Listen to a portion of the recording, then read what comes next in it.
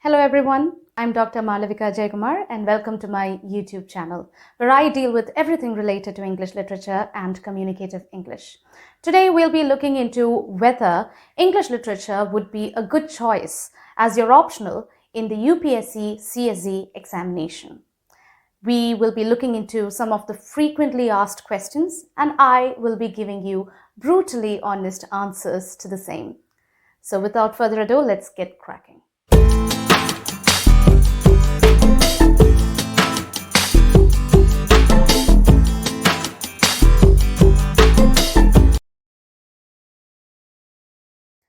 So let's answer the most asked question first. Do you need a bachelor's degree in English literature in order to fare well in this particular exam?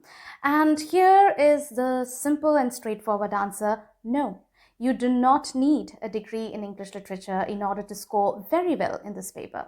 If you would take the example of candidates who have chosen English literature as their optional in the previous years, you would notice that they come from all sorts of academic backgrounds, including engineers. So there isn't any direct correlation between the score that you would receive on this particular exam and the degree that you have chosen as your bachelor's.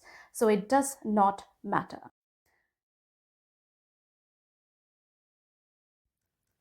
Another frequently asked question is this: do you need to be pretty good at English grammar in order to choose English literature as your optional?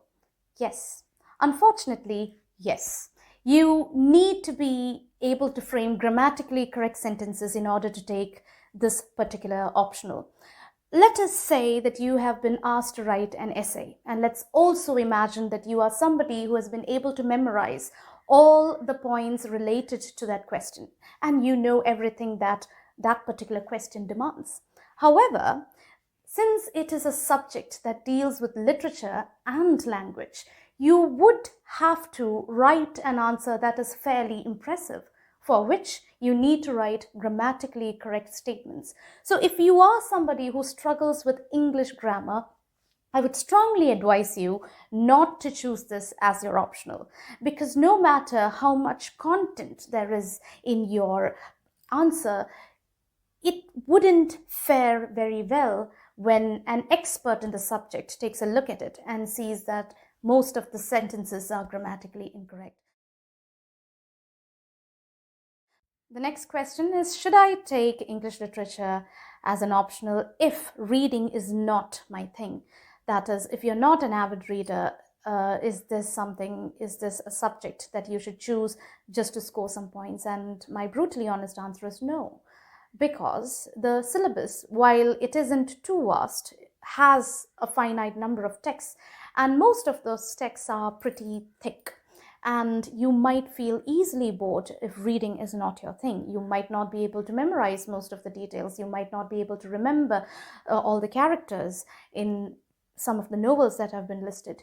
Most importantly, why would you want to spend your time on a subject that you don't even like when you're preparing for something so serious as the civil services examination?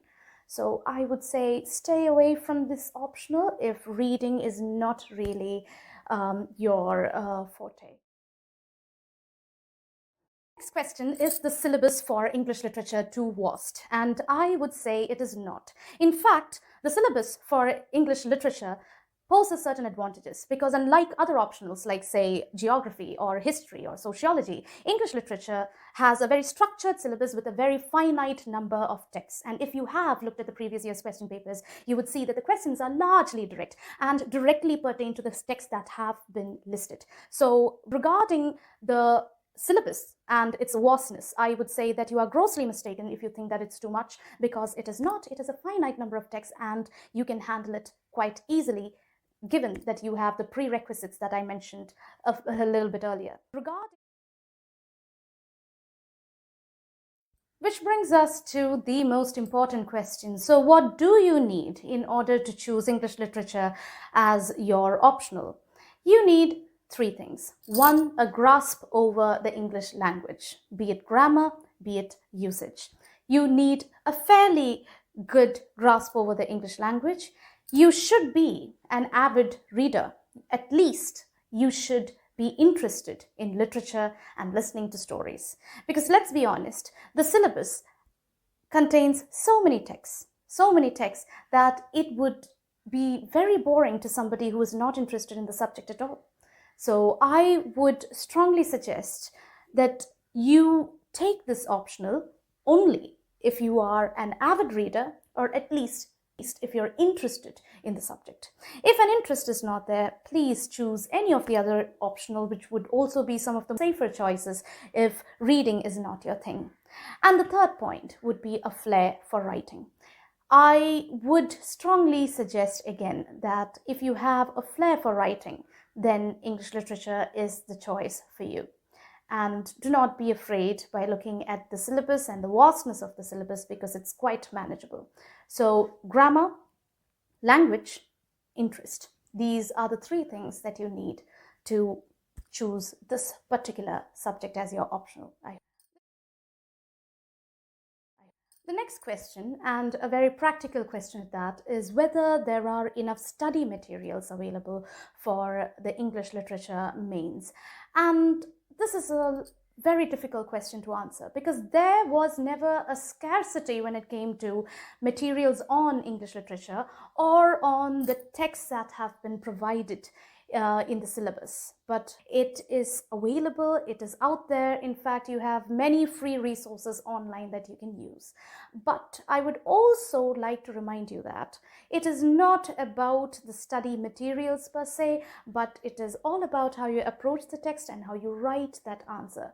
Everything depends on how you present that answer and the way you write it, and the language and the flair that you show when it comes to approaching a question.